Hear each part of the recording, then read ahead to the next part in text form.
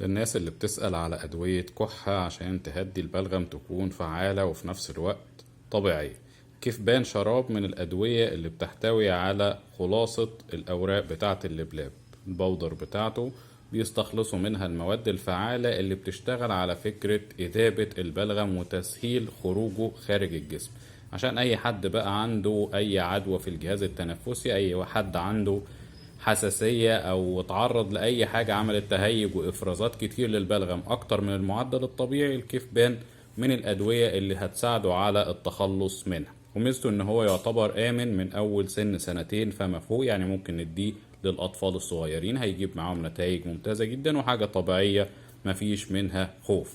طريقة استعماله إن احنا في الأطفال الصغيرين بندي نص معلقة 3 مرات في اليوم، نص معلقة صغيرة 3 مرات في اليوم. بالنسبة للبالغين أو اللي ممكن نقول أكبر من 6 سنوات بنخلي الجرعة معلقة صغيرة 5 سنتي 3 مرات في اليوم. طبعا مع الإكثار من شرب السوائل هيجيب معانا نتائج ممتازة بإذن الله، وهيساعد على إن هو يخلصنا من البلغم بصورة فعالة وبصورة طبيعية. متوفر في الصيدليات، العبوة بتاعته 120 ملي، سعرها 35 جنيه.